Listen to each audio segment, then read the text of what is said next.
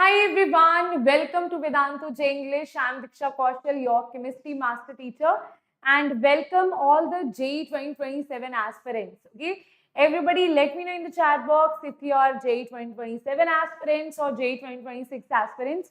So this lecture is dedicated to JEE 2027 aspirants who want to have good basic foundations, right? I'm not going to teach any chapter here, but I'm going to teach about the basic things about all the chapters that you're going to study in class 11th and class 12th.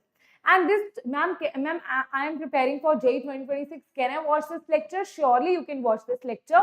But see that if all the basics that I'm doing you already know or not. If you think that, okay, this is something I don't need to watch, right? You can ignore. If you feel that, yes, these basics are not clear, like which will form iron, which will have +2 charge, which will have +1 charge, all these things, how to balance the equation, right? The base of organic chemistry, why organic chemistry exists, the base of simple atoms and molecules. This is all I'm going to discuss in today's lecture, right? So everybody, very good, very good. Basics, no basics. Okay, so let us start this without wasting any time. But before that, for all the aspirants out there, whether JEE 2026 or JEE 2027, then students, we have a very, very interesting thing for you. That is, in all our Vedantu offline centers, the admissions are open. But in this admission, if you want to get through some scholarship, then we are providing you this Vedantu IV SAT program. The link is in the description. Just click on that so that you register yourself, so that what will happen after this, once you register your marks, right, depending upon your marks, you will get this scholarship, and up to 90% scholarship you can avail here, right? And if you're thinking that, ma'am, I am a dropper, then for the repeaters as well, we have rank improvement guarantee. Your rank will be improved, and also if it is not there, then 100% fees will be refunded, right? Okay, now this is very, very beneficial for all the students who are looking for offline things. And ma'am, where is my offline center? Then you can see here, locate for nearby center near to your house. And if you're thinking that, ma'am, what are the results, what are the JEE results, like you can see for yourself. This is our Karnataka state rank. You can see this here, right? AIR 15, right? That is Daksh, right? You can see that why it is so, because of the quality of education that we provide, right? So now you can see all the other students as well here. You can also be one of them, right? If you actually decide the right path, right mentorship, right guidance at this point, right? It's not only your hard work what is needed, definitely, but the right direction where the hard work should be done, that is also required. And for that, we have our experts, we have our counselors. You can go and meet our teachers and counselors. And I told you about IV SAT scholarship. You can also get 90% scholarship discount, right? Okay, so that is all for all the students who are looking for offline centers, right? Everything is in the description box. You can check that out. Now, students, let us start with chemistry, right? So basic thing is, when you will study in class 11th or 12th, chemistry is divided into three parts: physical, inorganic, and organic chemistry. Now, what is physical chemistry? Physical chemistry is mostly related to, like, the reactions that you see, in a battery, the reactions, like it is mostly related to reactions. It's quantitative analysis. Quantitative means how much quantities form, this and that. That is whole related to physical chemistry, right? So in this, what we are going to focus on, mainly theory and numericals. And numericals, usually calculation, numericals is where students get stuck here. Then in organic chemistry, we study the periodic table, right? And we study the different forms of bonds. Like you have ionic bond, you have covalent bond, you have, on covalent bond, you have a chapter called chemical bonding. On coordinate bond, you have a chapter called coordination chemistry. Rest of the inorganic chemistry is about periodic tables, studying S block, P block, D and F block. Then talking about organic chemistry. Organic chemistry is all about carbon and its compounds. Like you must have studied in class 10, there was a chapter called carbon and its compounds. It is the extension of that thing, that we know that carbon forms a lot of compounds, and Out of those compounds, you have different functional groups that you are going to study in your class 12th and your class 11th, right? Okay, now let us see what is the syllabus. You can go through the syllabus here, students. So if you see this here, actually some of the topics here, no, they are in JEE Advanced, some are in JEE Mains, right? If you see, this topic is not in JEE Mains, this topic is also not in JEE Mains, but that is there in JEE Advanced. So if you are preparing for JEE Advanced, solid state also you have to do, surface chemistry also you have to do. But in CBSE board exam, these two chapters are not there. In JEE Mains also it is not there. But in state board exam, in some state boards, the syllabus includes solid state and surface chemistry, right? Depending upon different boards, right? So this is what you have, some basic concepts of chemistry. States of matter is also not there in JEE Mains, right? Then structure of matter, atom, chemical bonding, then chemical thermodynamics, equilibrium, redox reaction. All these are the chapters from class 11. And from class 12th, it's solutions, electrochemistry, and chemical kinetics. That is there in JEE Mains, right? Now, for inorganic chemistry, you will see this chapter is there. This chapter, chemical bonding. Hydrogen is not in JEE Mains. It is in JEE Advanced. This is also not there in JEE Mains, right? Out of this, you will see P block is there in JEE Mains, right? Full P block. But P block is not there in new NCERT. If you see the new NCERT, it is not there in the NCERT, but it is there in the JEE Mains syllabus, right? Then DNF block elements, that is also there. Coordination compound is also there. General process of metallurgy is also not there in JEE Mains, but it is there in JEE Advanced, right? So all these things you should be clear about. Most of the organic chemistry is same for JEE Mains and Advanced, except for some little chapters, right? This is JEE Mains, JEE Mains. This is not there in JEE Mains. This is polymers is not there. This is not there. Now everything else you have in your JEE Mains, right? Rest is JEE Advanced. Now you can set up your target, right? What is your target, JEE Mains or JEE Advanced? I would advise you to set up a higher target, right? Like JEE Advanced, right? Why? I have already made a lot of videos, right, on how to cover JEE Mains syllabus, how to cover JEE Advanced syllabus. If you want a dedicated roadmap for JEE Advanced for 2027 aspirants, do let me know. I'll surely make a video on that as well, right? So that was the introduction part of chemistry. You should know that what you are actually going to study in the JEE Mains and JEE Advanced. Now, let's talk about some very basic things from your class 9. Everybody, let's be interactive here. I know this is going to be very basic for you, but don't worry. This will be helpful in upcoming, lectures. Now, if you talk about matter, a matter is something that has mass and occupies any space and has matter. So, for example, I talk about me. I am a matter because I have some mass. I am occupying some space, right? If you talk about this air, is that a matter or not? That is also matter because that has some mass. Gases have mass, right? And they also are occupying the air, right? That is why we are saying that they are considered as matter. Now, non-matter is anything that does not have mass and does not occupy any space, right? It is not occupying any space. That is called non-matter, or it is also called antimatter. I don't know if you have ever heard about antimatter. That itself is a very different thing, right? In your NCERT books, it is not there. Nothing is there like antimatter. But beyond your books, right? We have you can search it on internet as well. It's a very interesting study. You have matter, you take it as plus, right? And antimatter is negative, and they will cancel each other and they will make zero. That is called antimatter, right? So you have non-matter, you have antimatter, that you don't need to get into, right? We only will focus on matter. That means that occupies space and that has mass.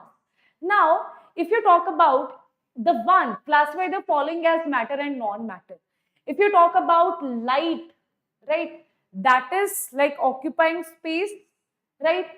Now, if you talk about love, moon, sun, sun is occupying, moon is also occupying, sun is also occupying, pen, dog, air, sound, then you have energy, then you have fingers. Fingers is also occupying.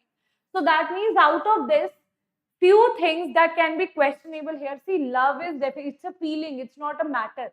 right? So this is not definitely, this is definitely a matter, this is definitely a matter, right? Air is also a matter. Now the question is about sound fingers, sound, energy and light, right? Sound, energy and light. Let me know in the chat box what you think about that, right? Let's not get into antimatter, no. We'll take some other lecture for antimatter. We'll have a discussion on that, but that is not related to your studies, but we will have a discussion on that someday, right? So now students, you can see that light, if you see, right? Can you tell me why light is not a matter? Anybody in the chat box? Light is made up of photons. Photons are massless, right? That's why it is not occupying any, as such, it does not have any mass, because it does not have mass and it is not occupying any space. Light is not occupying any space here. Like, it's just my eyes who can see light, right? It's not that light is occupying this space, right? It's not like that. Okay, I'll tell you one thing about this, right? Why you can see me, why I can see you, because we all lie in the visible range, right? We are not lying in the infrared range, right? There are some energies that we emit that are in the infrared range that we can't see, right? Okay, that doesn't mean they do not exist. Similarly, light is the opposite of that. Like, you think that you can see light, it is occupying the space. In reality, these photons are massless, right? So they are not occupying any space here. That's why light is not under the category of matter. Love is not, definitely not. What about sound, right? Sound only we can hear, right? That is also made up of radiations which are massless, completely massless. That's why sound is also a non-matter. Energy, if you talk about different forms of energies we have, right? They are not occupying any space here, right? So energy is also massless thing, that is a non-matter here, right? So that is very important for you to understand. Understood, everybody, right? So sound is like vibrations, right? You transmit the vibrations. They are not any matter that is having some mass, right? Energy is also a form, like you have kinetic energy, you have potential energy, internal energy, heat energy, right? This is not occupying, this is not as such a matter here, right? So light, sound, energy, they are non-matters, right? They are not made up of any atoms, right? But if we talk about matter, this is divided into solid, liquid and gases. There are other two states as well, that is plasma and Bose-Einstein, right? So solid, liquid and matter. Solid is that we see everywhere, like I am a solid person, like you can see this atoms, these are solid, right? Liquid is what we drink, water is a liquid, right? And gas is what is in the air, right? That is gas, right? So now talking about solid, liquid and gases, right? How they are defined, how we can understand that this is a solid, why solid looks like a solid, why liquid looks like a liquid, why it is so? Because of the atoms arrangement between them, right? So every matter is made up of very tiny atoms, okay? All the matter are made up of tiny particles like atoms. Now, the arrangement of these atoms will tell you that whether they are solid, liquid or gases. Let's say these have two forces are there. First is force of attraction. That is the attractive force that is binding it together.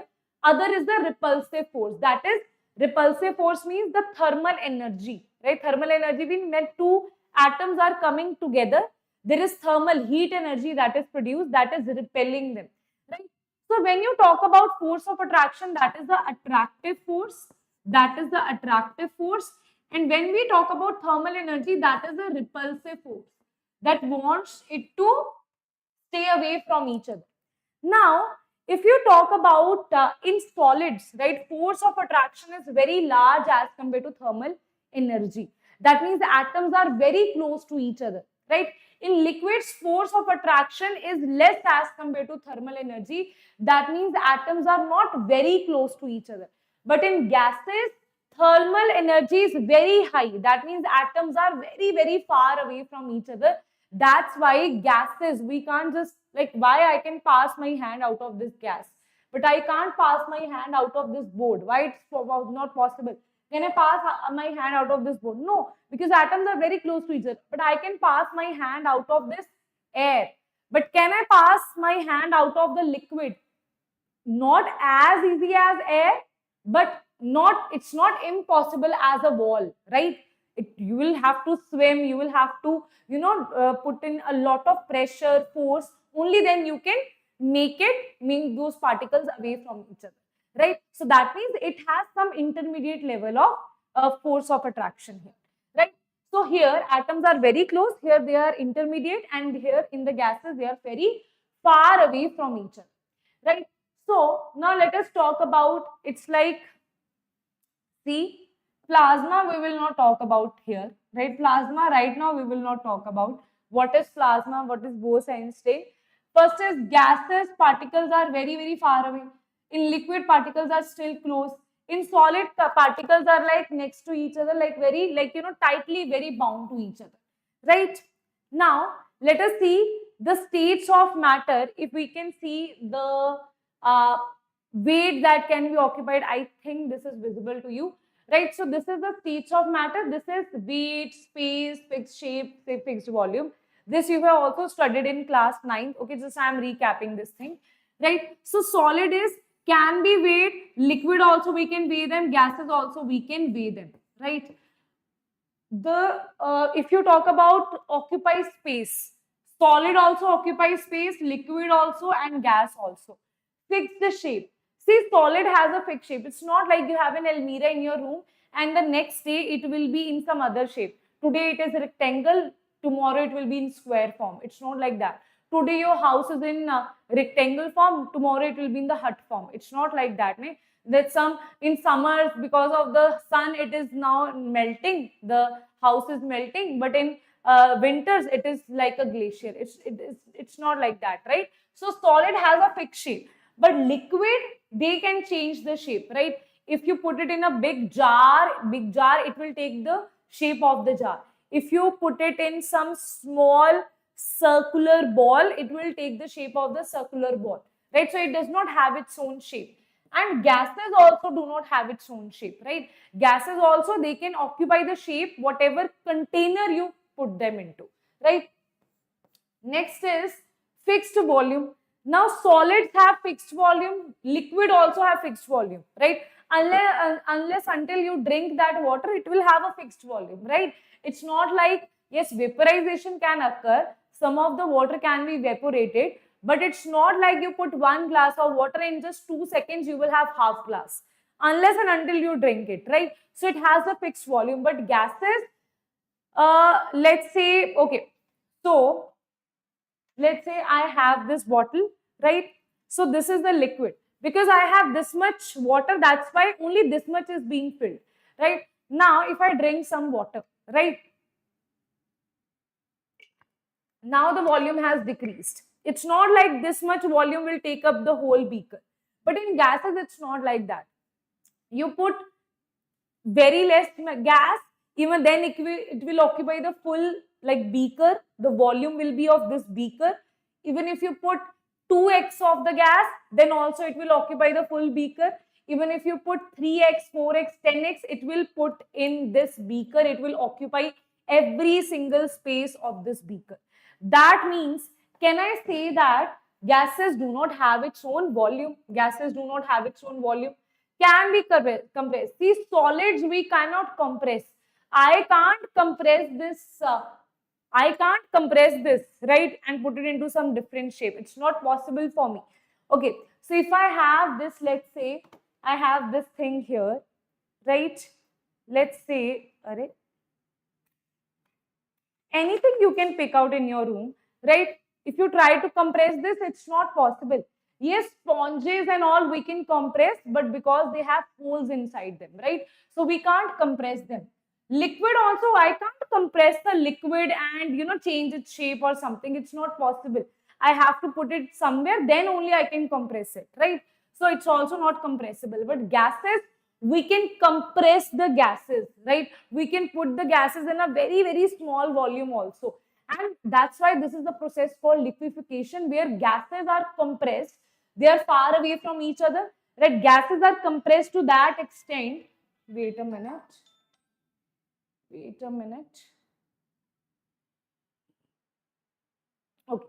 So gases are compressed to that extent that they become liquids. That is called liquefaction of the gases. Right? Clear, everybody? Now let's talk about this plasma state. For plasma state, you don't have to get into that much detail. Just understand that it exists at a very, very high temperature. There is also one more state that is called plasma state, that is at a very, very high temperature, and it is not found usually in our earth naturally, right? It is found in the nature, right? Example, aurora, right? Aurora, this, I know you have seen this filter on Instagram, right? There was 1 or 2 years back, there was this filter that was very famous. Do you remember? But that was just a filter. In reality, aurora does happen, but very rarely, at least I have not seen in real, right? So that does happen, right? And that thing, yes, and that thing is called plasma, right? That thing is called plasma. And there is one more state that is more instant state, that is also in your 11th and 12th, you are never going to use it. Just I am recapping this thing, right? It exists at a very low temperature, right? Plasma exists at a very high temperature, and this exists at a very, very low temperature. Now, let's talk about temperature. Okay, so temperature has 3 units. Acha, tell me one thing. Whenever, what's your body temperature? What's your body temperature? North poles, ma'am. Very good, very good. I know you remember everything from 9th and 10th class. So that's great. That's great. So, if you see this here, temperature, if you talk about the body temperature, right? Body temperature. What is the body temperature? What is the body temperature? Body temperature is 99, right?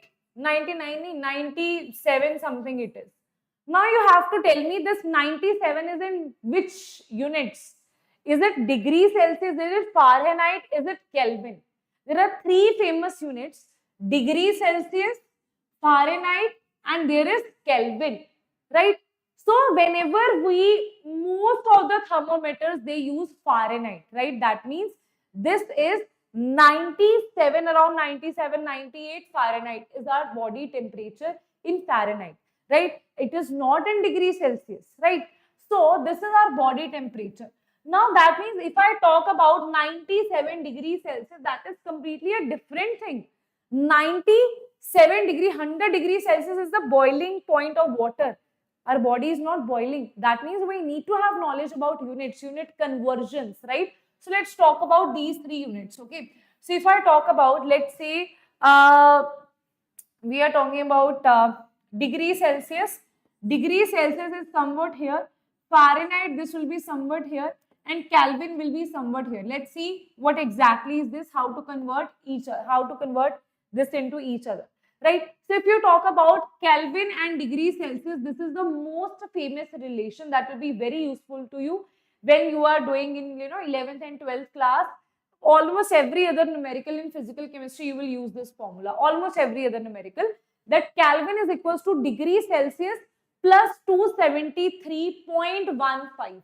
Okay, so when I say 0 degrees Celsius, that is actually 273.15. When I talk about 25 degrees Celsius, that is 298 Kelvin, right? Okay, so you should know that the thing that are mentioned in degree, these two should be on your tips. 25 is 298, this is 273, right? Otherwise also you should know that, let's say 27 degrees Celsius, that is nothing but it is 300 Kelvin. How we are doing this? By adding 273. You can add 0.15 also, you can ignore 0.15 also, but 273 should be on your tips, right? So now next is, if you have to, this is very rarely you will use Fahrenheit and degree Celsius, but still, right, they can ask you these kind of questions because they can give you temperature in Fahrenheit and in the question, in most of the question, you will put the temperature in Kelvin, right? So you have to then convert it into degree Celsius, then to Kelvin, right? So 1 degree Celsius is 5 by 9 Fahrenheit minus 32, right? Like you have 0 degree Celsius, you put it here 5 by 9 Fahrenheit minus 32 and you will get your answer in the Fahrenheit, okay? So this is the formula for conversion of degree Celsius and Fahrenheit, right? Okay. Okay, students. Now let's see if you're able to do this question or not. That is, at which temperature degree Celsius and degree Fahrenheit have same reading? They have the same reading at which temperature? Minus 32, minus 36. See, if you put minus 32 here, if you put minus 32 here, right, that will not have the same reading. Yes. Temperature this. Yes, yes, yes. That means degree Celsius and Fahrenheit should have the same reading. That means they should be equal to each other.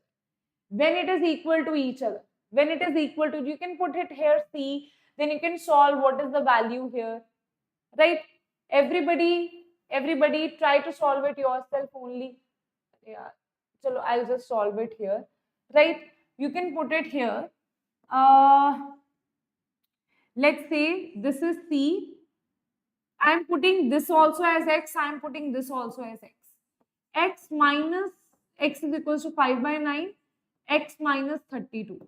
So that will be 9x, this is 5x minus 32 multiplied by 9.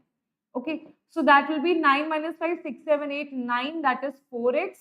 This is minus 32 multiplied by 9. X is equals to x is equals to, this is 4.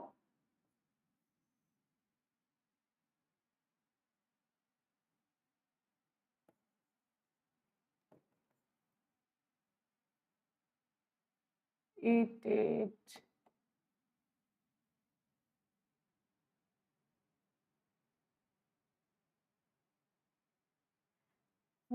If I put here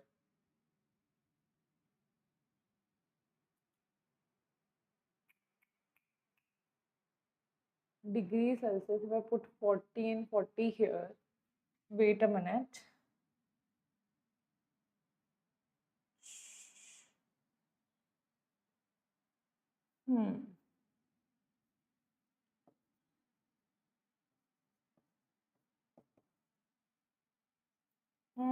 It is not coming out to be that. So let's put different values here. I think then it will be possible, right? If I put 40 here, right? If I put 5 by 9, this is minus 40 minus 32, right? If I put that here, then it will be 5. This is 9. This is minus 72, right? Then I can get, yes, then I can get the value minus 40. Yes, then I can get the value 40 here. Hai na? Yes. So that means we have to put it minus 40 here, only then we will get the value, right? Okay, so you can put it by using x value also, you can solve it as well. Answer will be at minus 40 degrees Celsius and Fahrenheit will be having the same reading, right? They will be having the same reading. This you must have seen in lower classes as well, right? You can solve it as well. My idea was that you solve it with the help of this formula by putting this as x. By putting this as x, you will get the same value, right? That is 40, right? Or you can just put in the values 40 minus 40. You can solve it there. Then also you will get the same answer here, right? Now, let us see the next one. That is, if you have, let's talk about, that was about temperature. For temperature, that's it what you need to know. After that, beyond that, you don't need to know anything, right? Fahrenheit is also very rarely that they give you that. Now, let's talk about atoms. Now, of atoms, if you talk about atoms, you will study that in structure of atom in detail, right? But in structure of atom, I'll give you just a conclusion part of that, what you have already studied, right? So, in the nucleus, you will have proton and neutrons, right? And electrons are revolving around it. That is your structure of an atom, right? You will study different theories based on that as well. Who discovered electron, who discovered neutron, who discovered proton, right? And what is the nucleus, who discovered nucleus, right? Is this the correct model, or there is more model, that is quantum mechanical model of an atom, that you will study in structure of atom. That is going to be very important thing for you, right? And till now you have studied electronic configuration is KLMN, right? But after that you will study electronic configuration is 1s, 2s, 3s. This kind of electronic configuration you will study, right? But we will study that in detail in structure of atom. But for now, what is important for you to remember, that matter is made up of very small particles called atoms, right? Now these small particles are called atoms, and here inside the nucleus, protons and neutrons are very close to each other. It's like protons and neutrons are in like relation, and this is the third wheel, that is the electron, who is, nobody is asking about electron, but electron is somewhere revolving around them, and black, just revolving around them and focusing that what these two people are doing, right? So that is your full structure.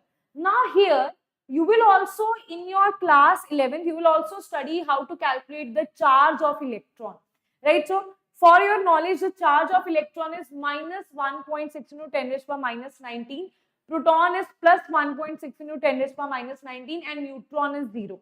Relative charge, we take it as minus 1, plus 1 and 0. And if you talk about mass, mass is 9.1 into 10 raised to power minus, I can also write it here, right? Or don't worry, you will get the PDF. 9.1 into 10 raised to power minus 31. Mass of here is 1.6 into 10 raised to power minus 27. And mass of neutron and proton is approximately same.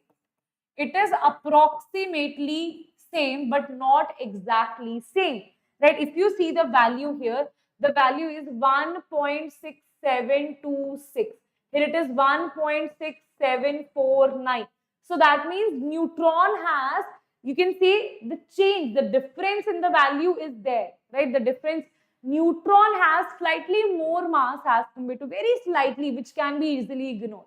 That's why we take the mass of neutron and proton as exactly the same only, right? And if you see the approximate relative mass, we can ignore, because this is in 10 raised to power minus 31. Electron is 10 raised to power minus 31. And neutron and proton is 10 raised to power minus 27.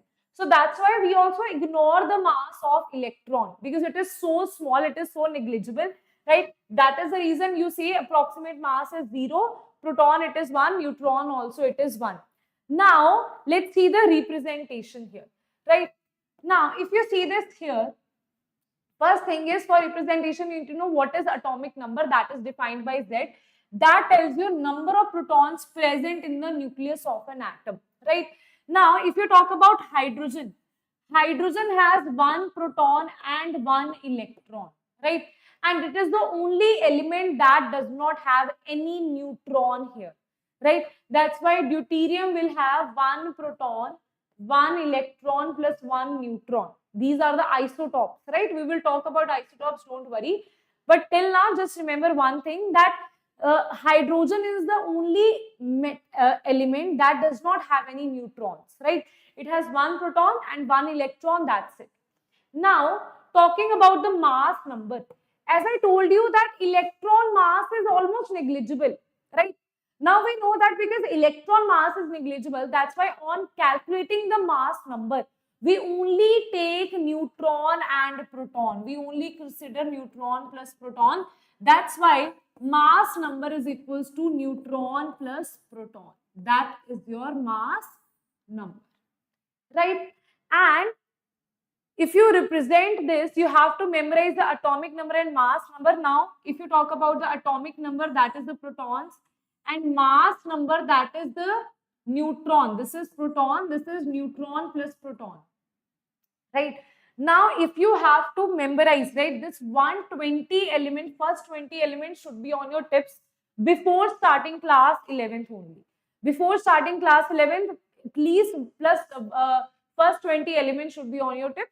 Rest of when you will, start studying, right, it will eventually be in your head. But first 20 elements should be on your tips from now onwards only. So that's why I'm giving you it here. So you can see that hydrogen is 1, this is mass.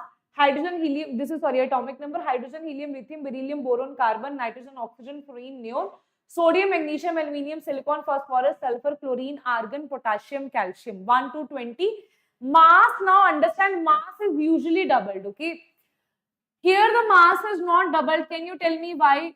Because hydrogen does not have any neutrons. That's why number of neutrons is not added. Otherwise, this is also doubled. This is also doubled. See, one thing is either it can be double or it will be double plus 1. Mostly you will see this. This is double. This is double plus 1. This is double plus 1. This is double plus 1. This is double, double, double plus 1, right? Double, right?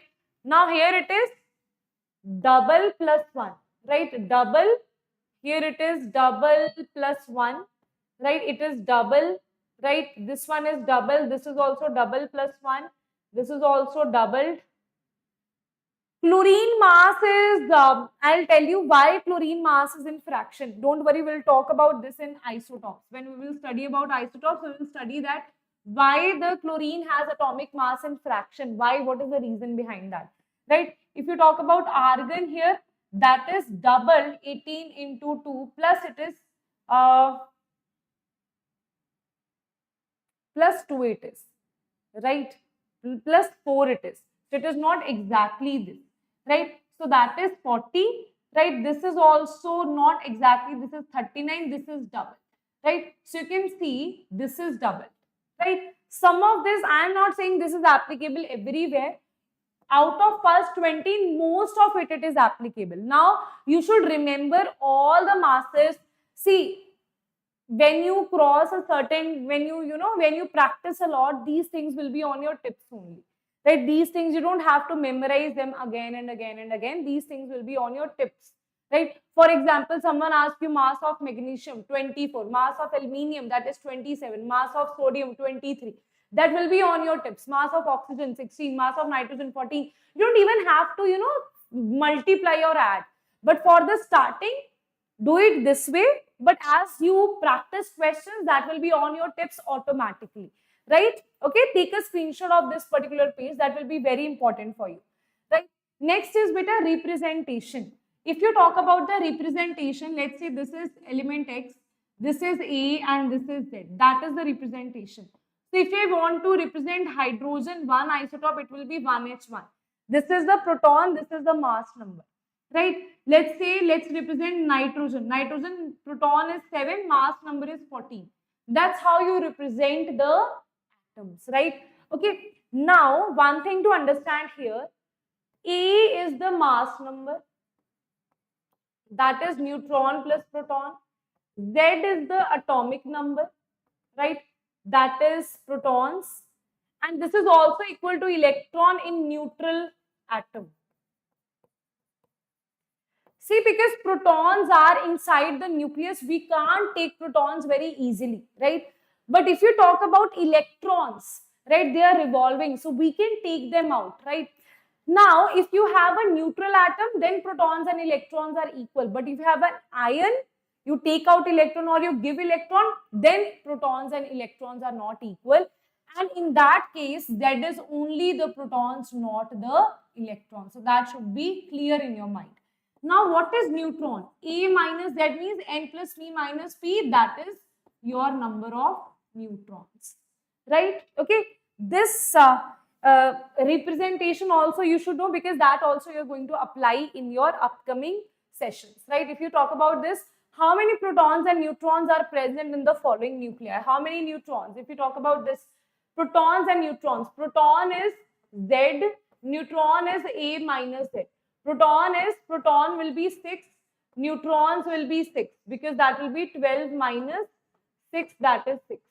In this case, proton will be 26 and neutrons will be 56 minus 26, that is 30. Okay, yes everybody. Representation of an atom, beta atom. Trick ma'am for mass number. Beta mass number tricks na, I usually don't believe in tricks, वैसे, right? because tricks are needed where you actually need them, right? Trust me, mass number, you don't need any trick. Just try to write it again and again. That will be in your head, right? Now, if you ask me any mass number, that is in my head right now. Why? Because we are solving so many questions, right? When you solve it again and again, you don't even need to cram it, right? That's why I'm not giving you any trick. I've just given you table so that you go through that on daily basis, right? Till you remember that. Now, students, next is let's talk about isotopes. Okay, can you tell me what is the meaning of iso? Anybody in the chat box, what is the meaning of iso?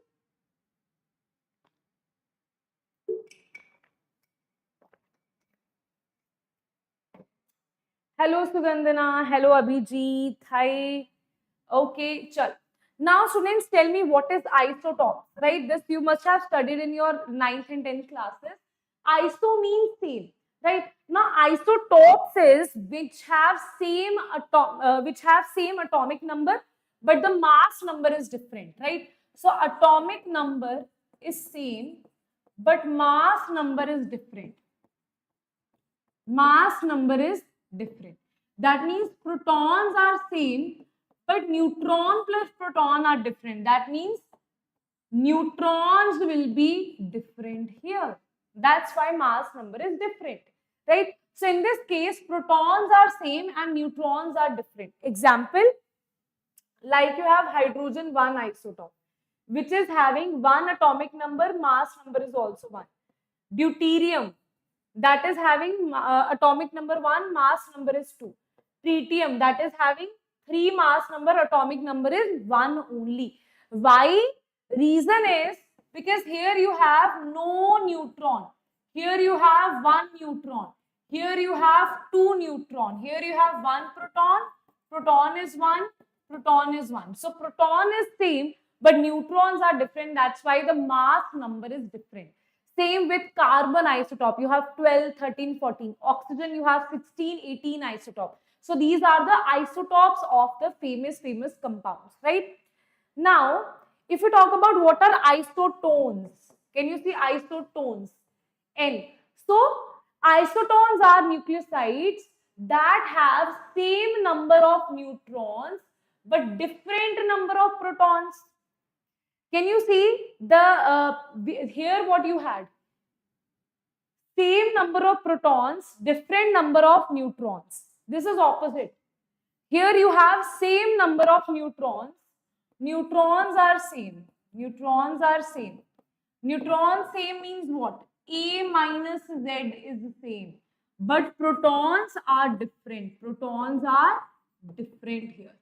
Right? A minus Z is same, but protons, that means Z is going to be different. Okay?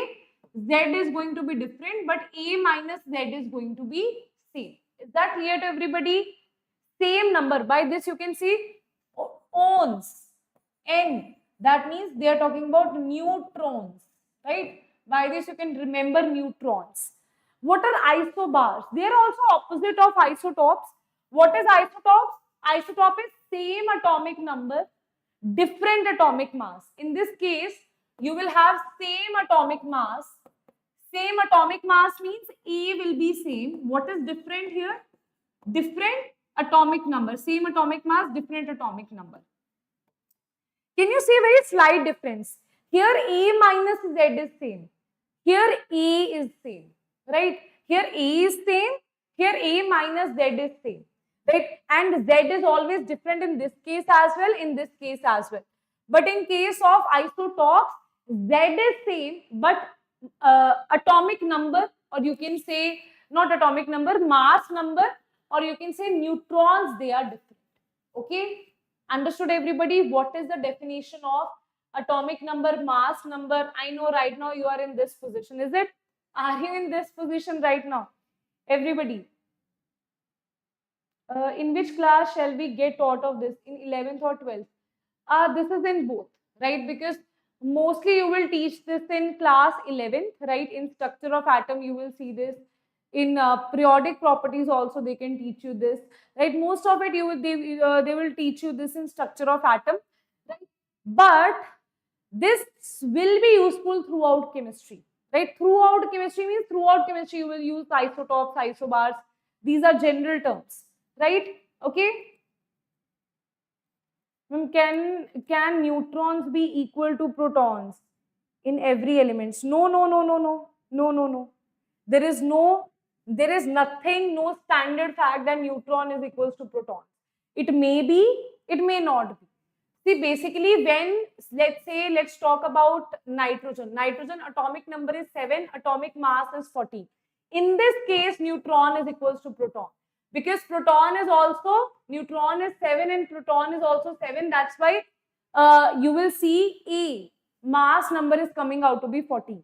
So only when atomic number, when you multiply atomic number by 2, you get mass number. In that case, neutron and protons are equal. Otherwise, they are not equal. Got it? Otherwise, they are not equal. Excellent. All the 9th students who are here, right? Great that you are, right now only you are studying about this chemistry, right? That's so great to see 9th standard students also here, right? Because if right now you are studying the basics from YouTube, right? That means you are very, very serious, right? So, yes. Now, let us see a simple trick to understand, to make this simple thing here. Iso always means same. N is number of neutrons are same, and here you can say A, that means mass number is same. Here you can see P, that means number of protons are same, right? That's how you can remember this, right? Iso means same. Now what is same here? In this you have N, that means neutrons are same.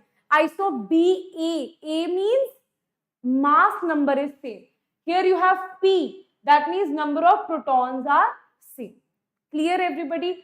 What is different? Same number of neutrons, same number mass number, same number of protons. That is your isobars, isotopes, and isotones, right? Now, what is the isoelectronic species? Isoelectronic means which has same number of electrons, right? So let's say you have O2 negative and F negative, right? Can you tell me what are the number of electrons here? See, oxygen has a atomic number. Atomic number is 8, right?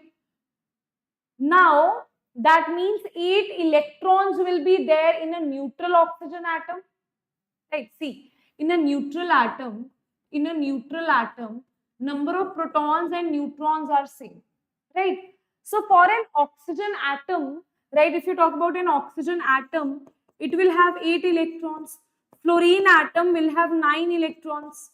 But if you talk about oxygen O2 negative, that means you are adding 2 electrons here. You are gaining 2 electrons. You are adding 2 electrons to oxygen, it will become 10. Here it is what? 9. You are adding 1 electron, it will become 10. Right? Or let's say you are talking about Na positive. Let's say you're talking about Na positive, you're talking about Mg2 positive. If you see this here, sodium is on the 11th position. 11 is the atomic number. That means they are the number of electrons in the neutral atom. Plus means it is a cation. Whenever we add plus there, that means it has lost 1 or 2 electrons to become this cation. So it has lost 1 electron. That means it is 10. Mg2 positive also, it is atomic number is 12. You are losing 2 electron and it is 10 electrons. So that means all of these are isoelectronic species, right? Okay. All of these are, yes. Al3 positive is also there. Al3 positive, if you see, Al3 positive beta, if you see, that is also going to be 10 only. This is 12 minus 2 is equals to 10.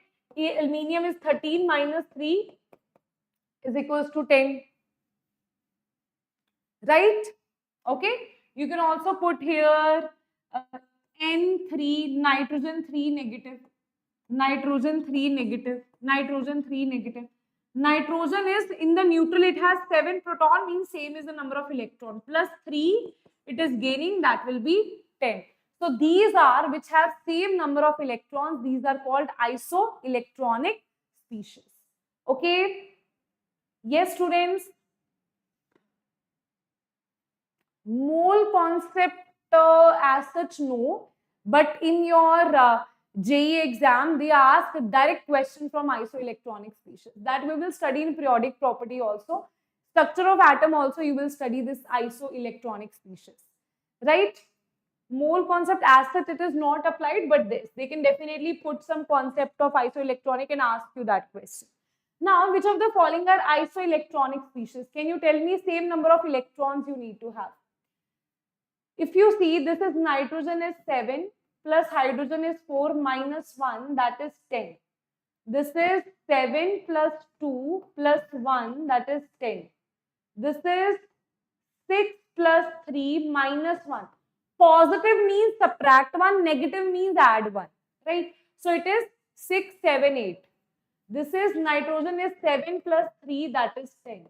So we can say 1, 3 and 4. 1, 3 and 4. 1, 3 and 4 are your isoelectronic species which has same number of electrons. Okay, which have same number of electrons here. In, when you will start studying structure of atom, there are other iso species also like isosters, isodiaphers that we are going to talk about, right? But that I'll teach you when we will cover structure of atom. In that process, I'll teach you those. Okay? Okay. Till here, students, any problem? Till here, any problems? Let's see this question. Consider the atoms, oxygen, this and this and this and this. Answer the following. Which of the following are isobars? Everybody, let's see who is able to answer this. Okay. Previous. Have I not checked? Okay, I'll check that. Don't worry, I'll check that. Okay, I'll check that. So let us see, students. Consider the atoms: oxygen 16, oxygen 18, fluorine 16, neon 18. Isobars. Bars means A will be same. Means mass number is going to same. Mass number should be same. Mass number is same in this and this. But proton should be different. Protons are different in this case. Mass number is same.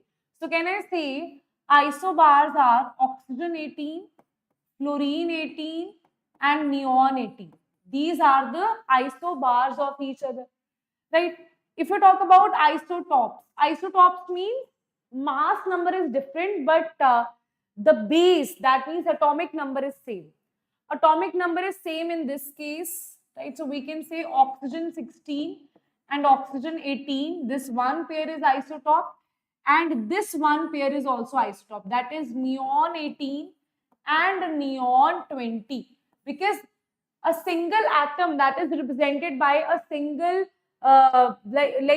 neon can have only like same number of protons, and no matter how many different, if you change the protons, you will change the atom only. If atom is same, that means protons is also same, right? Okay. Do isobars have same or different physical properties? Isobars, guys. Isobars have same or different physical properties? Everybody let me know in the chat box. Isobars have same or different properties, is it? Everybody, let's talk about that. Isobars have same or different properties? Isobars means we are talking about when mass number is same, but protons are different, right? So physical property, that means atom has changed only, that means physical properties also will be different. Then which have the same number of neutrons? Neutron means A minus Z should be same. So if we talk about here, Z is 8, Z is 8, 9, it is 10, it is 10. A minus Z here is 10, A minus Z here is 8, A minus Z here is 8, A minus Z here is 10, A minus Z here is 8. So that's saying which has same number of neutrons. Same number of neutrons are there in oxygen 16, then neon 18, then fluorine 18. These have same number of neutrons. And oxygen 18 and what is 10? 10 is there, 10 is also there. And neon 20, they have same number of neutrons. Okay? Yes, everybody? Right, everybody? Okay. Next is, which atoms have same number of valence electrons? Valence electrons. Anybody in the chat box, what is the same number of valence electrons? Valence electron is the outermost electrons, right? Outermost electrons. This I would like to skip for now, because for this you need to know the electronic configuration, right? That I'll teach you in I'll teach you that, don't worry. In structure of atom, I'll teach you valency, valence electrons, don't worry about that.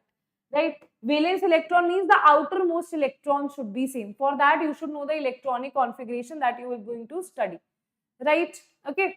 So, I am just going to erase this. Right? Okay. Now, let's talk about this. Acha, one thing you should know, that what is valency and what is valence electrons. What is valence electrons? This I'll teach you once I teach you cation and anions. There only I'll teach you that. Okay. Now let's talk about a molecule. What is a molecule? A molecule is a group of atoms that are connected via some bond. There is some chemical bond. Either there is exchange of electron, transfer of electron, sharing of electron, or completely, like you can say, donation of electron is there. That is called a bond, right? In that chemical bond, when atoms are grouped together, that forms a molecule, and that is also called a compound, right? Okay, when so many of these molecules of combine together, that is called a compound, right? Now let's talk about atomicity. What is atomicity? You'll always see diatomic, polyatomic, monoatomic. Monoatomic means atomicity is 1. Diatomic means atomicity is 2. Atomicity is the number of atoms that are combining to form a molecule. Like you have H2, you have O2, you have N2. All these have atomicity 2 because 2 atoms are combining to form one molecule. If you talk about O3, that is having atomicity 3. If you talk about P4, atomicity is 4. S8, atomicity is 8. That is about the atomicity. If you talk about H2O, atomicity is 3 because 2 hydrogens and 1 oxygen atom is there. Okay, that is defining you the atomicity. Right, everybody? Okay. Abhishek will talk about that. You can just leave your comment in the comment section. Right? Okay, okay, GXDL, I'll see that. Okay, I'll see that. Okay, yes. Now, let's see the number of protons present in COR. Can you tell me the number of protons present in CO? This is CO, right? Carbon has how many protons and oxygen has how many protons, students? Carbon has how many protons? Hydrogen, helium, lithium, beryllium, boron, carbon. 6. Hydrogen, helium, lithium, beryllium, boron, carbon, nitrogen, oxygen. That is 8. So how many it is? 14. Right? 14 electrons and 14 protons it has. So answer will be 14 is the correct answer. Right? Okay? Yes? Now let us see the next one. In atom, or now what are ions? Okay, let's talk about ions. Ions are when you have an atom or you have a molecule, but you give it some electron or you take away the electron, that leads to the formation of an ion. So ions are of 2 types. One is cation, one is anion. Cation is when you take out the electron. That means when it is positively charged ions. When you lose the electron, cation is formed by losing the electron. Losing the electron, you have the formation of the cation. And when we talk about anion, it is after gaining the electron.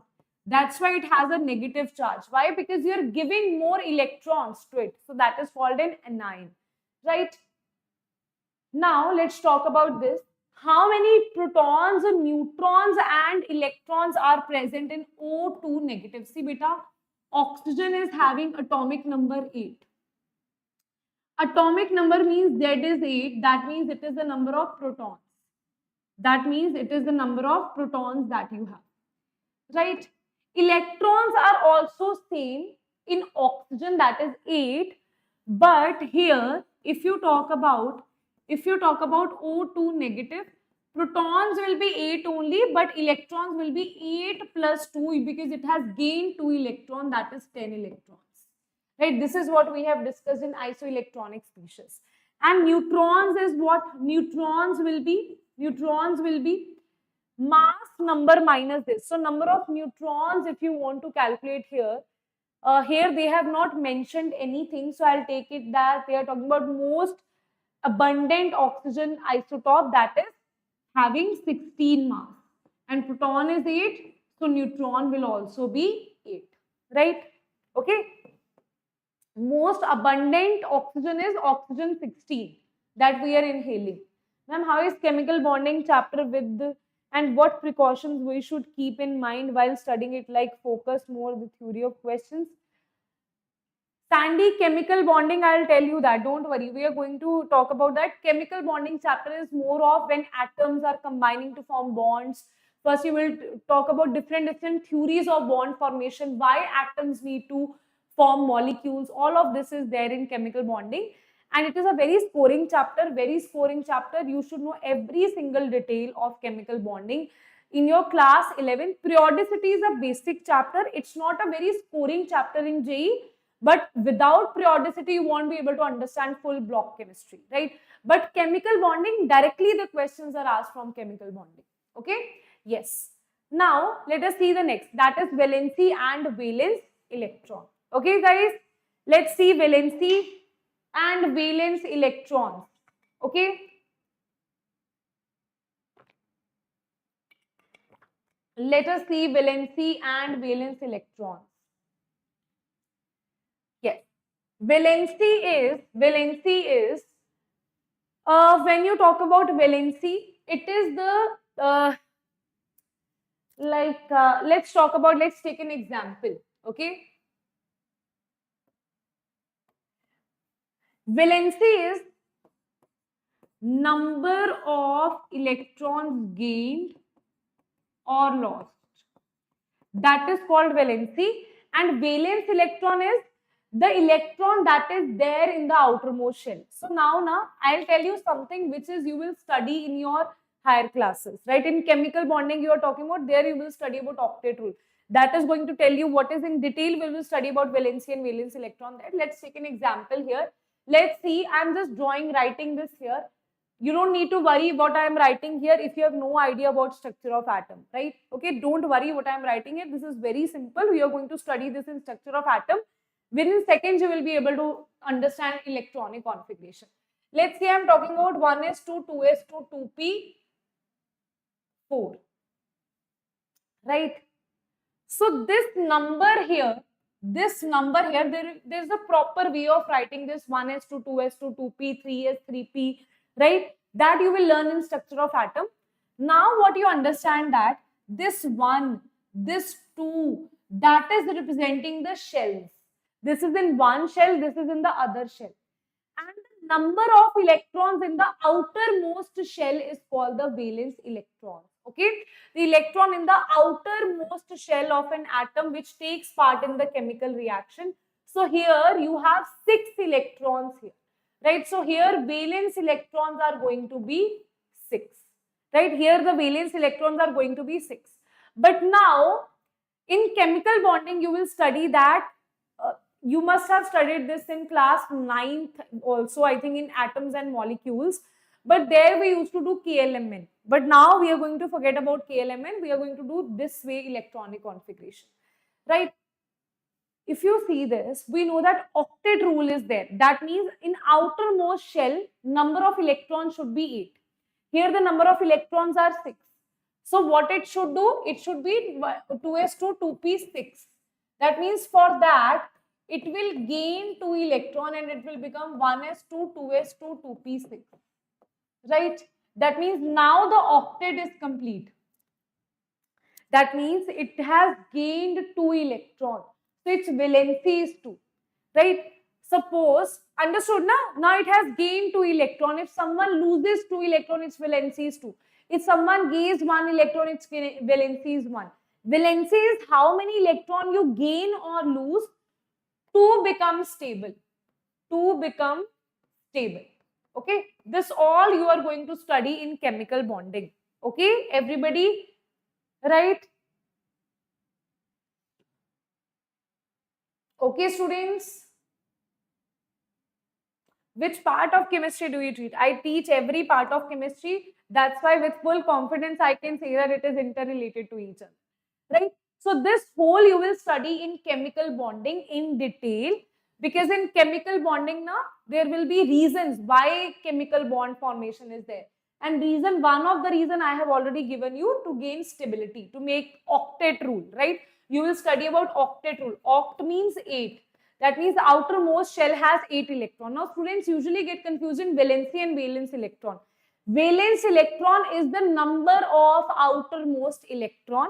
Valency is to be stable, how many electron it needs to gain or lose, right? This you don't have to understand, ma'am, why this is the electronic configuration. Just understand one thing. It's like you are eating something, right? You are eating something. Now, how much is already there in your plate? Let's say you have one chapati and you can say one bowl of rice is there in your plate, and one bowl of dal is there in your plate. Sambar is there in your plate. So that you can say that is what you have. That is your valence electron. If you are more hungry, then you need one more plate of rice, right? That is your valency. How much more you need to be stable, to be happy. Got it? Okay? Easiest way I can tell you, just relate it with your real life. You have a plate, you have one bowl of dal, you have one bowl of rice, right? That is what your mom has given you already. You are not happy with it. That is the valence electrons. But after that, you would want more. That is the valency, right? The amount that you have gained or lost. Then let's say it's not tasty. You will say, ma'am, I don't want this. I just take this rice. I don't want to eat it. Right? That is the valency. Okay, everybody clear? No? Clear everybody what is valency and valence electrons? Now, as I told you that every atom wants to lose or gain electrons because it wants to be in the stable state, right? That we will study in chemical bonding, where it will lose, where it will gain the electrons. But now, what is important for you to remember the valencies, how much amount it is gained. So ammonium ion, it all has valency 1. They would want to lose 1 electron each. Copper would want to lose 1 electron, hydrogen want to lose 1 electron, lithium, then mercury, that is in mercurous, potassium, silver, sodium. And I think this you must have heard about. There is one thing called cupric and one thing called cuprous. There is one thing called ferric and one thing called ferrous. There is one thing called mercurous and there is mercuric. Have you seen this in the lower classes, right? See, whenever we talk about valency, lower valency, remember that the lower valency is OUS, higher valency is IC. Let's say in ferric, right? Lower valency is +2, it is ferrous. Higher valency is +3, it is ferric. In copper, lower valency is +1, that is cuprous. Higher valency is +2, that is cupric. In mercury, lower valency is +1, higher valency is +2, that is mercuric. Got it, everybody? What is? Yes, very good. When you have higher oxidation state, that is called IC. Lower oxidation state is OUS. That is in different ways. Mercuric, mercurous. You have cupric, cuprous, ferric, ferrous. Right? That this is what you will see in your upcoming classes. Right? Very good, very good, very good. Now, if you see potassium has +1, silver has +1, sodium has +1. These all are monovalent species. Right? Divalent are like barium 2 positive, beryllium 2 positive, cadmium 2 positive, calcium, chromium, right? 2 positive. It is in chromous, right? Because chromium also exists in +3 state. If you see, chromium will also exist in plus 3 state, but here its name is IC because higher oxidation state is IC. Here, this is the lower oxidation state, so that is called chromous, right? Okay. Then cobalt plus 2 state, copper, cupric, because copper, the lower oxidation state is +1. Lower oxidation state is +1, so it is Cu positive. Higher oxidation state is +2, so it is Cu2 positive. Two oxidation state, the lower one is OUS, higher is IC. Okay. Iron, beta, it has two states, +2 and +3. Iron in +2 state is called ferrous. Iron in +3 state will be called ferric. Okay. +3 state will be called ferric. When you have two states, now this is how you do it. Lead has only one state, +2. Magnesium +2. Manganese +2. Manganese has a lot of states, but there is no specific name given to it. Mercury, Hd2 positive. Now, if you see this here, this was mercurous. This is mercury 2 positive, right? Mercury, this will be mercuric. Okay. Nickel is 2 positive, strontium is 2 positive, sulfur 2 positive, tin, that is in +2 state, it is tannous, that is +2. Titanium is 2 positive, right? Now, if you see tin in +4 state, it is called stannic. Why? Because this is the higher oxidation state. This is the higher oxidation state. Same beta, you can see trivalent species like aluminium, bismuth, boron, cobalt. This einsteinium you don't need to do. Gold, all these are +3 state also they show. Carbon, lead also show you +4 state. Molybdenum, silicon, all these tin are showing you +4 state. They are tetravalent. The valency is 4. The valency is 3. Here the valency is 2. Here the valency was 1. Okay. Clear beta? What is valency? Everybody, that is clear to all of you or not? Clear to everybody? Clear to everybody? This you don't need to do now. Okay? This you can ignore for now, right? Because that we will study. Don't worry, in periodic properties we will study about that. Now let's talk about periodic table. Your full block chemistry is based on this. Okay? Tell me if you want me to take up a lecture which is only dedicated to block chemistry. That means I am going to, what happens in periodic table now? While teaching you the lecture, right? We can teach you that this is the concept, this is that. But how to learn the periodic table, how to draw the periodic table, I can give you some basics here. But if let me know in the chat box if you want me to take up a dedicated lecture on the periodic table. Right? You can also write it in the comment section if you want me to take up dedicated lecture on the periodic table, where full lecture I'll only talk about how to learn this, everything I'll talk about, right? For now, what we can teach you, right? For now, what you can understand that this thing is called S block. This thing is called D block. This thing is called D block. This thing is called F block. This thing is called F block, right? And this thing is called P block. And this thing is called P block, right? Now, these are the metals. And as you go here, you will transition from metals to non-metals, right? And this is called S block element. This is called D block elements. And F block elements are starting from after lanthanum. You have lanthanoids, that is F block element. After actinium, you have actinoids, that is F block element, actinoids, right? Now, students, there is dedicated chapter for all of this. S block, you have like a chapter in JEE Advanced, but in JEE Mains, it used to be there, but now it's not there in JEE Mains. DNF block, you have a dedicated chapter in class 12. And P block, you have half chapter in class 11, half in class 12, right? But in your JEE Mains, you have P block in detail, right? So you will study about this in detail. That's why I'm saying that if you don't know about periodic table, you don't know how to draw periodic table, you will end up wasting full block chemistry. Why? Because even if you know the concept, you don't know which element is lying where. What is the atomic number? You don't remember the atomic numbers. You will end up ruining your block chemistry. right? Okay, so that's why block chemistry, to understand that this periodic table should be on your tips. Okay, this, so let's not do this here, right? Okay, let me know in the comment section if you want me to take up a full lecture on periodic table. Now let's talk about chemical bonding, right? Chemical, because I can't teach you periodic table in 10 minutes. It's not possible, right? It's not practical, right? I can only teach you this much, that this is S, P and D block, right? In detail, I have to take up a lecture, right? Now, let's talk about chemical bonding. In chemical bonding, you are going to talk about bonds, right?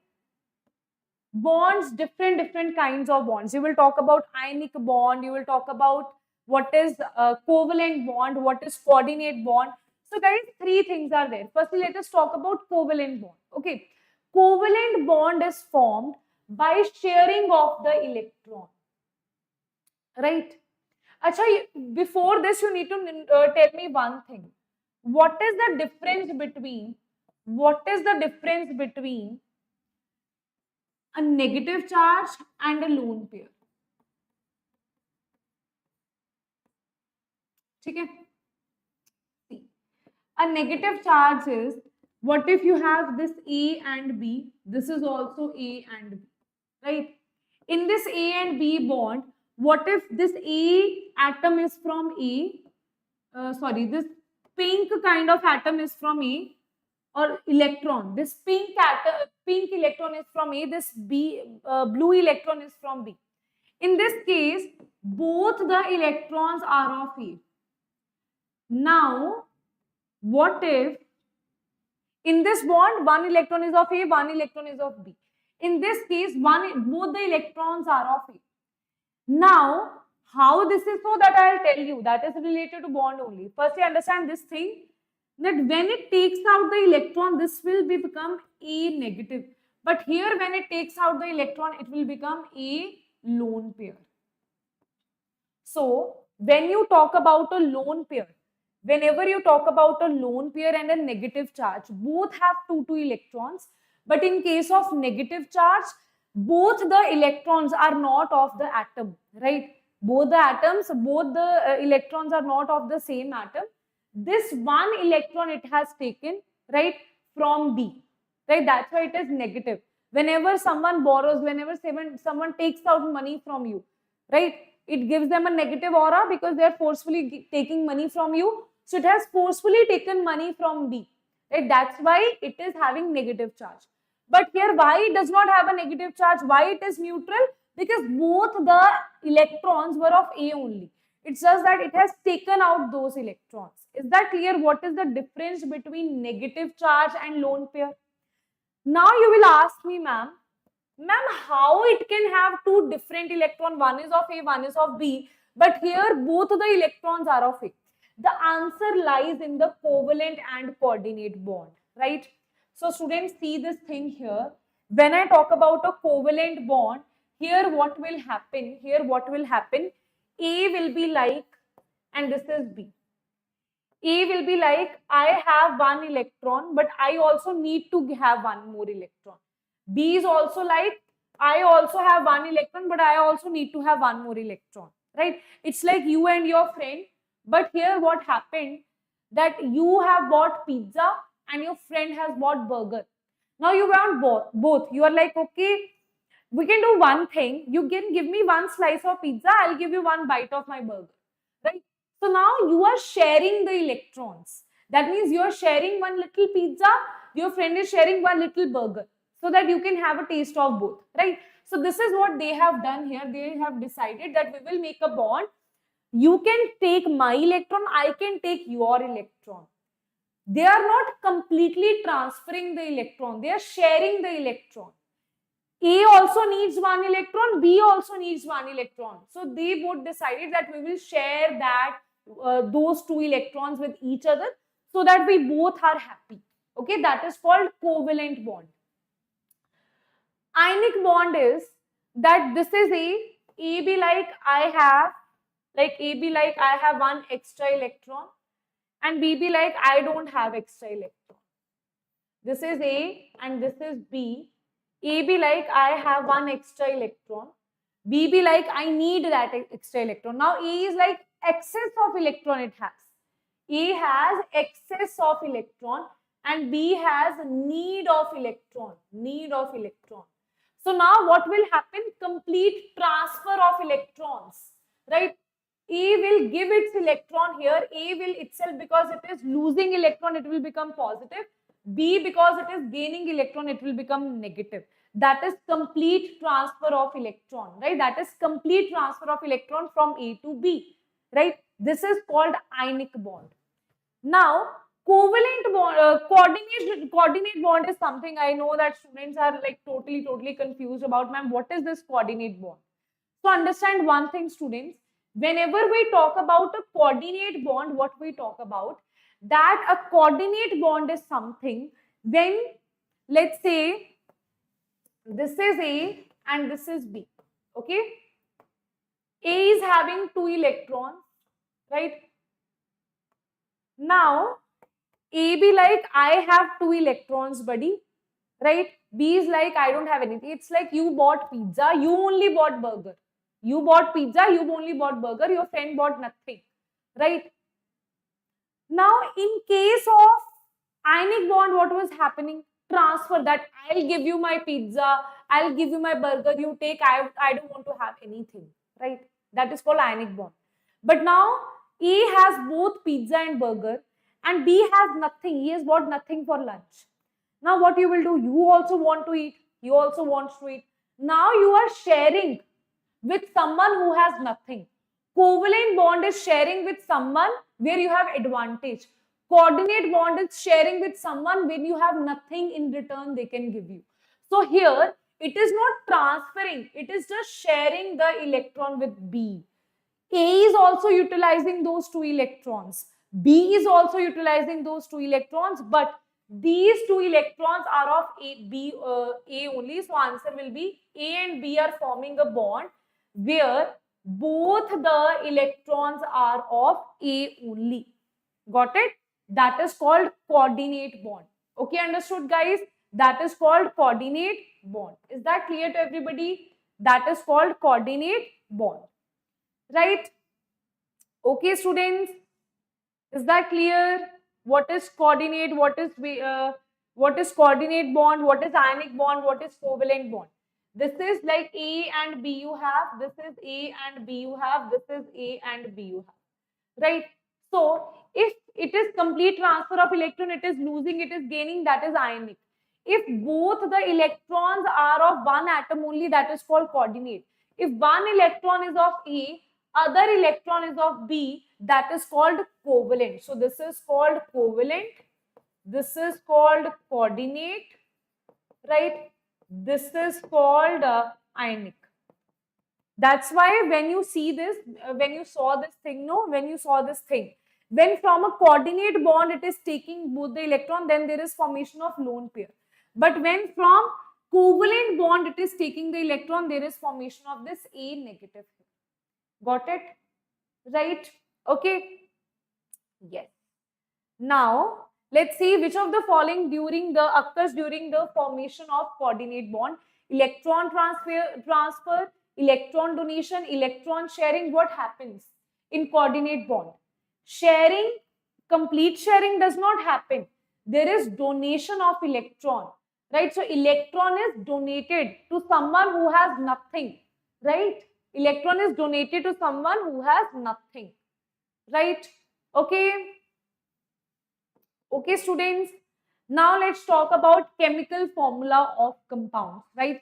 So let's talk about this formula. Let's say you have Al3 positive and you have SO42 negative. Now this concept you have studied in class 9th. That will be very useful in your class 11th and 12th. Throughout chemistry, this will be useful. Now what we do cross multiplication. Aluminium, this thing will go here. This thing will go here. That means it will be Al2 SO4. This 3 will come to this side. This is your formation of one compound. Right? Let's talk about others as well. Let's say you have Mg2 positive and you have CO32 negative. right? Now, because this is also 2, this is also 2, what will happen? This is Mg2 CO3, this is 2. 2 will cancel, it will be MgCO3, right? Okay, let's talk about others also. Let's say you have let's say you have Na, right? You have NH4. Let's say you have NH4 positive, you have PO4 3 negative. All of this, I have already given you chart. From there you can remember this, right? So now here, this is 1. So it will be NH4. This is 3. So it will be thrice. This is PO4 and this is 1. So that is going to be your ammonium phosphate. Okay. So how to form the formula? Just cross multiply it and you will get your formula. Okay, students, just cross multiply and you will get your formulas. Right, everybody? Any other formula you want me to make? Right, let's make one more formula. Let's talk about,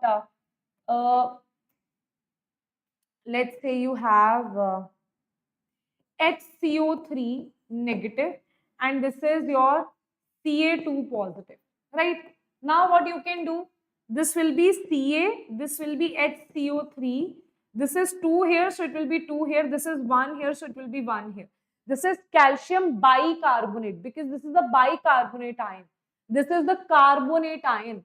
If they ask you to make the formula, they will not ask you to make the formula. In fact, in class 11th and 12th, they don't ask to make the formula. This is a general knowledge that you should know, right? Let's say you have Na positive and you have HCO3 negative. Tell me, not this, you have CO3 2 negative. What is the formula that will be formed here? Everybody, what is the formula that will be formed here? Right? What is the formula that will be formed here, students? You have Na positive, you have CO3 2 negative. These things you might feel that, ma'am, is this even required? If you don't know this, trust me, class 11th and 12th chemistry, if you ask, ma'am, which chapter they use this? Everywhere in chemistry. Throughout chemistry, you know, chemical formulas, compounds will be there throughout the chemistry. If you don't know this thing, you won't be able to like have even like, it's like cramming question you can answer, but the conceptual question not possible. Chemistry only you will be confused, right? Yes. So here it is Na, right? This is 2 and this is CO3, this is 1. Okay, so it will be sodium carbonate. Okay, yes, everybody? Which one? Which hypothetical? Ma'am, hypothetical, please, one question. Which, any hypothetical you asked, na? Which hypothetical you are asking me to do? Which hypothetical you are asking me to do? Okay. Now, let's talk about balancing of equation. This also you have studied in chemical reactions, right? One thing is in redox reactions, you will see balancing of equation in a more, I would say, specified manner. There is proper methods to do balancing, right? But if you see, it's not like balancing of equation, you will always follow those two. There are two methods that you will study in your class 11th, but that will be in the ionic form, that when you have really complicated equations, right? But it's not always you have to apply those two like steps, those two methods, right? The one that you have learned in class 10th, that will be useful in your entire chemistry, because in physical chemistry also sometimes they give you the reaction, it is not balanced, you have to balance. In mole concept, the balancing is required, right? In mole concept, you don't know how to balance the equation. Mole concept you can't apply there, right? So mole concept balancing is required throughout physical chemistry. Whenever a reaction is there, you have to balance it, right? In inorganic chemistry, balancing is not that required. In organic chemistry also, it is not that required. But in physical chemistry, it is required to the maximum extent, right? Now, if you see it, you have P4 O10H2O and this thing. Here, what you can do first is, you should be able to, firstly, you can just balance phosphorus. It is hit and trial method, okay? Balance phosphorus, this is phosphorus is 4.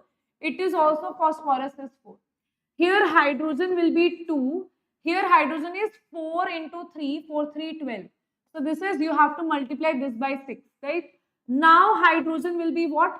6 into 2, 12. Here hydrogen is 4 into 3, 12. Okay. Now oxygen is what? Here oxygen is 10 plus 6, 16.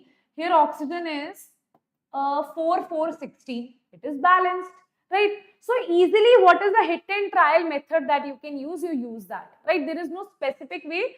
Specific way is that firstly you should balance oxygen, right? Then you should balance hydrogen, that you can do, right? But otherwise there is no specific way. It is just complete hit and trial method, right? Just complete hit and trial method that you can do. Now here you have aluminium is 2, aluminium is 2 here. So what my, like how I balance is, firstly I try to balance the element that is not oxygen or not, that is not hydrogen. That is, here it is 2, here it is 2. Now because it is balanced, now still I have an idea that this is 2, this is 2. Sulfur, if you see, sulfur is 3 there and here it is 1. So can I write 3 here?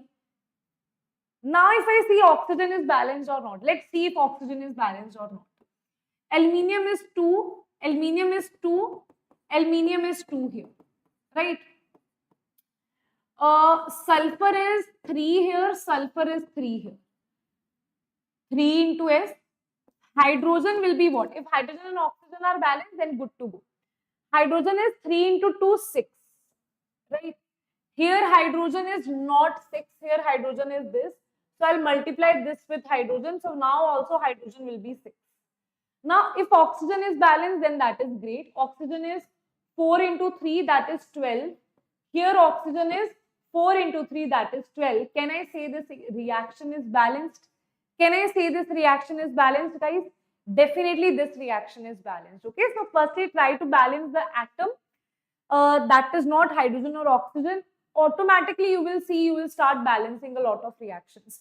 This is highly useful in your stoichiometry. This we don't even, in here you consider it as a balancing. In class 11, that is not even a step. That means this we assume in class 11, nobody is going to teach you balancing, right? They will assume that you know this because you have already learned this. But if you don't know balancing, you will get stuck in the questions, right? That's why I have taken up this basic lecture for you, right? Okay, understood everybody? Yes, Sankar, Sanju, Abhijit. Yes, everybody. Twitter, don't spam.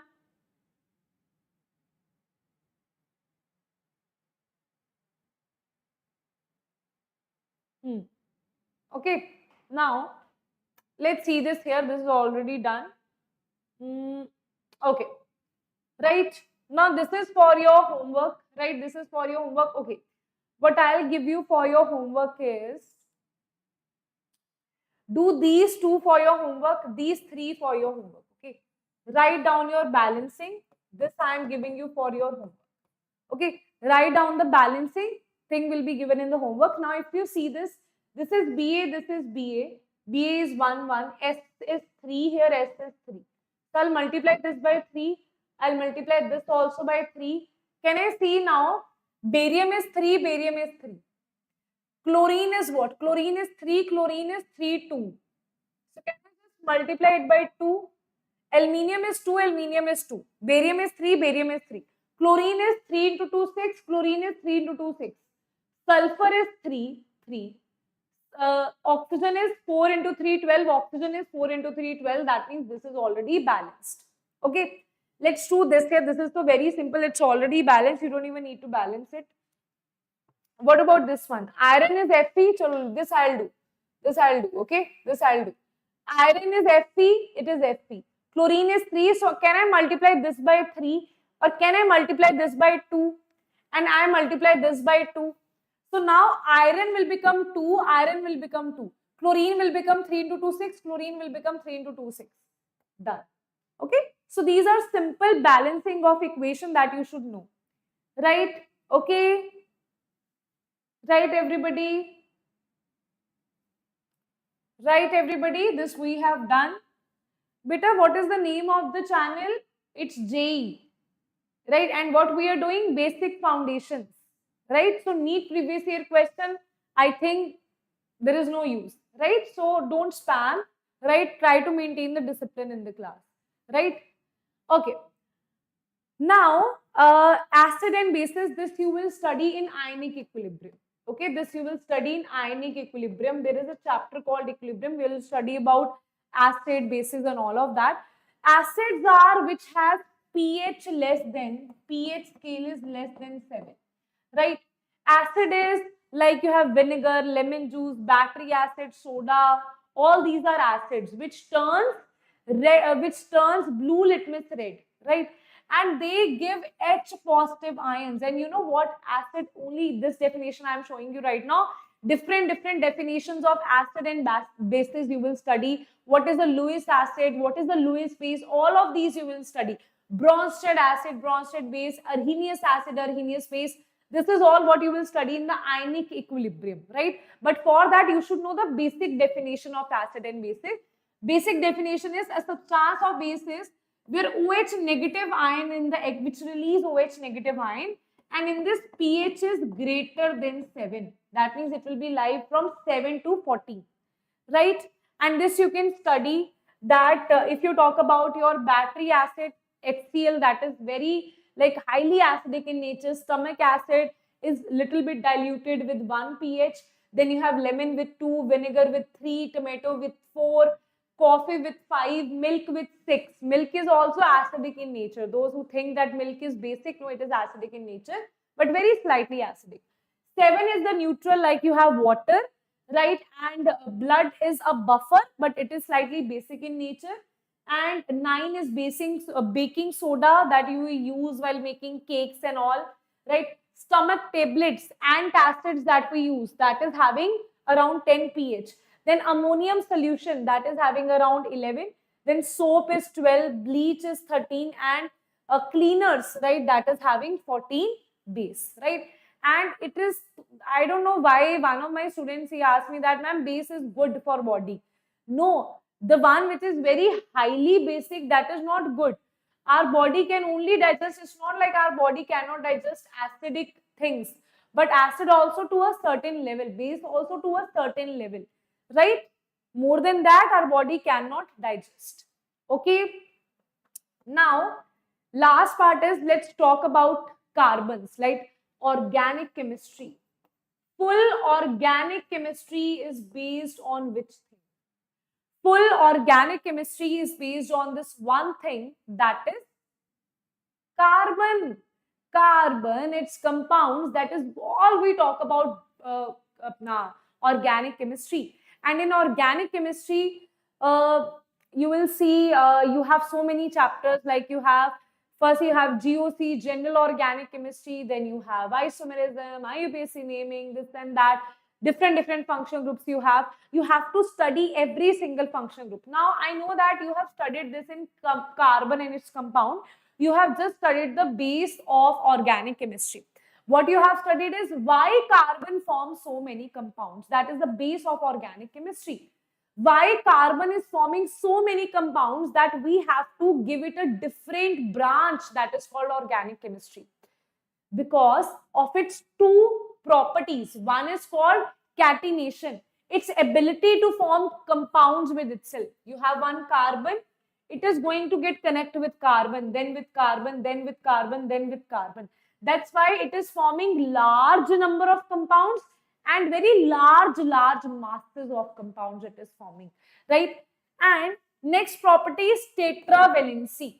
It has 4 valencies here, that means 4 bonds it can form. What if it forms 4 bonds with carbon? Let's say I have a page here, it is this carbon 1 2 3 4, right? Again it is forming with carbon, again it is forming with carbon, again it is forming with carbon, again with carbon, again with carbon. Now it has decided to form with hydrogen, hydrogen, hydrogen. That is the termination. Now it has decided to form with nitrogen. Now it has decided to form with sulfur. Now it has decided to form with phosphorus. Right? So carbon forms compounds like with carbon. That's why there are so many number of compounds, because there are so many different chains. Right? So, and it also has tetravalency. That is the reason there are so many compounds of carbon. So you will see everything around us is carbon. Me, I am formed up of, you, we all are formed up, made up of carbon, right? We are made up of carbon, right? But ma'am, we are made up of atoms. Arey, carbon is an atom only, na? Right? So we are made up of which atom? Carbon atom, right? So that's why, like, you see why on heating, like whenever you have any dead body, right? When it is heated, it is combustible. Why? Because it is formed up of carbon, right? So everything around us is formed up of carbon, right? Like your urea, that is also a, like, it also has a carbon compound there, right?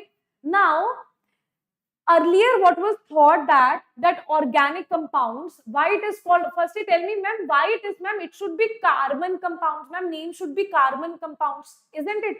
Why the name is organic compounds? Organic, now whenever you talk about organic, you talk about natural, and that means all the organic compounds are natural? No. Then ma'am, why organic compounds are called organic compounds? That means natural compounds. See, earlier na, scientists used to think that, I'm talking about like so many decades back, scientists used to think that, centuries back I would say, they used to think that organic compounds, like we have urea, right, that is found in our urine, that is an organic compound. They used to think that all these organic compounds that you see in nature, some vital force like God is creating all of these compounds. We can't create these compounds in labs. That's why they named these compounds of carbon as organic compounds. But after that, there was a scientist called Wöhler. There was a scientist called Wöhler who made urea in the lab. Urea in the lab, right? So he made urea from an inorganic compound. What he did, he made urea, he took an inorganic compound, he made urea, which is an organic compound. And now we know that even organic compounds can be synthesized in the lab. Because organic compounds can be synthesized in the lab, we can't say that all the organic compounds are naturally occurring. No, they are naturally occurring, but we also can synthesize them in the lab. That is the history of organic compounds, right? That's why this organic branch further increased, because now we are able to synthesize them in the labs, right? Why there are so many polymers? The eraser that you are using, that is also polymer, right? Why? PVCs you see in the house, polyvinyl chloride, that you will see if you're preparing for JEE Advanced, you will study polymers. If you're preparing for JEE Mains, you will not study polymers, right? But PVC, polyvinyl chloride, right, that we use in our houses for decoration, right? What is all this? These are all organic compound polymers, right? So that is very important, very interesting thing to know, right? And this I have already told you why it is showing this, right? Now, beta, what all you are going to study, okay? So first thing is, this chapter is in class 11th. This chapter is in class 11th. That is hydrocarbon. That means only hydrogen and carbon. With only hydrogen and carbon, no other compound you have, no other atom you have here. You have alkane, you have alkene, you have alkyne. These are the three things. Alkane is having single bond. Ma'am, this is having double bond, this is having triple bond. Now you will see, ma'am, what is single bond, what is double bond, what is triple bond. Single bond, double bond, triple bond, you will study in inorganic chemistry, chemical bonds. Okay, what is single bond, double bond, triple bonds? But you will apply that in organic chemistry. So that's why chemical bonding is very important to understand organic chemistry, right? If you have not studied chemical bonding in detail, then organic chemistry core you won't be able to understand, right? So core of organic chemistry is chemical bonding chapter, and structure of atom you should know, electronic configuration, that will be used in organic chemistry, right? Now this was your this you will study in class 11, right? Full detail you will study, preparation, properties, so much detail you will study now, that it's like you will just mix this in sub cup and you will just drink it. That detail of study that you will do, right? Now if you see this here, function group, alkane, alkene, alkyne, then arenes. What are arenes? When you have benzene, benzene you must have seen, this is called benzene, right? This is called benzene, right? What is benzene? What is aromatic compounds? What is halo? Halo is halogen, halogen. That is chlorine, bromine, iodine. These are the compounds, halogens. When you attach any uh, carbon and hydrogen compound, hydrocarbon with halogen, which is denoted by X, that is called haloalkane. If it is in the ring form, that is called haloarene. Aldehyde, ketone, alcohol, ether. This you have a chapter for aldehyde, ketones, and carboxylic acid, a separate chapter. For alcohol, ethers, and phenols, you have a different chapter. Amines, you have a different chapter. Acid anhydride, you will see the reactions within the chapter. Right? Ester will also be within the chapter only. It's not a different chapter. Amide, you will study in amines only. Acyl halide, you will also study in amines only. Right? So these we don't have a specific chapters to understand acid anhydride, ester, amide, or acyl chlorides. But you will study all of this in between these compounds and between the reactions. But for these compounds, we have specific chapters, right? We will study this. Right? Then you will study about hydrocarbons, aromatic compounds, simple oxygen containing carbonyl compound. This is called carbonyl. C double bond O oxygen. Carbonyl compounds we are going to study like aldehyde, ketones, carboxylic acid, amide, acyl halide, ester. All these are carbonyl compounds, right? And acid anhydride, all these are carbonyl compounds.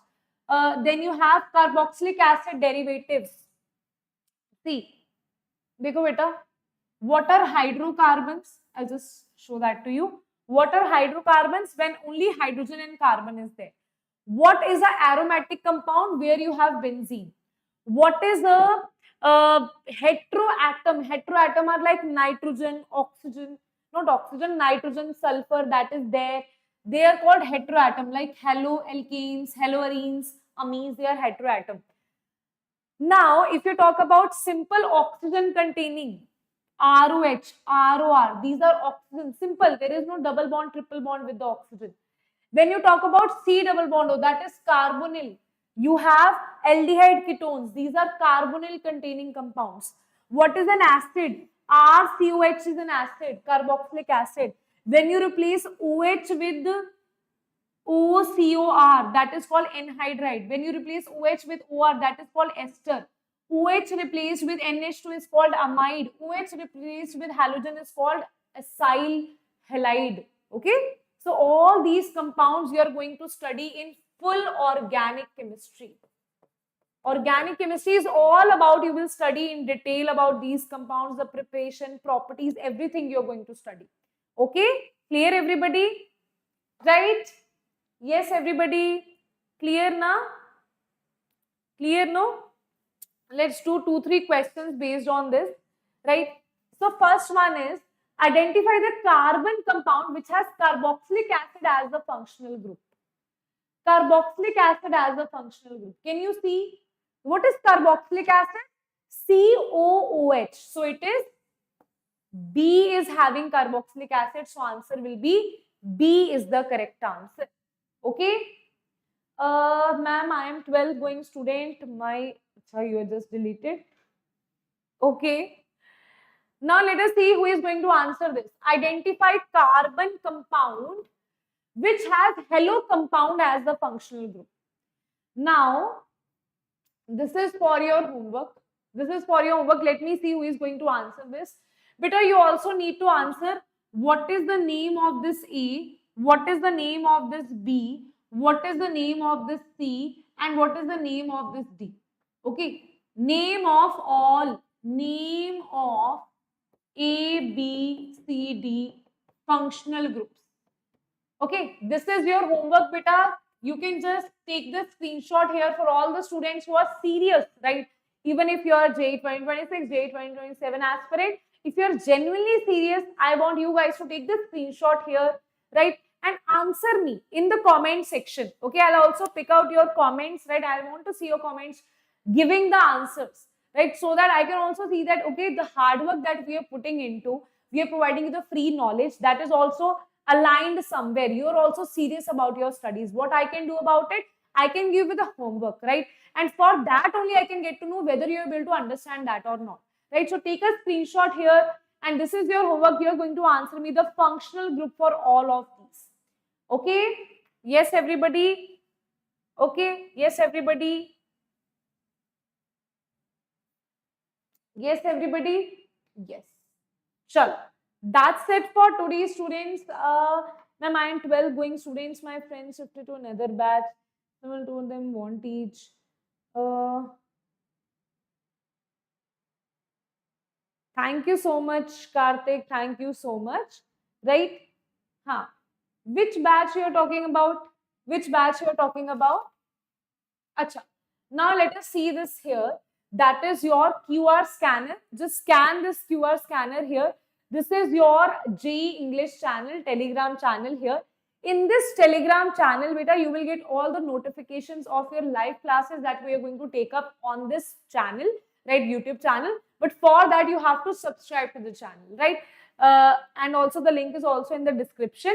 And for all the students who are preparing for JEE 2027 or the repeater students, then guys, at this point, IB SAT scholarship is going on, right?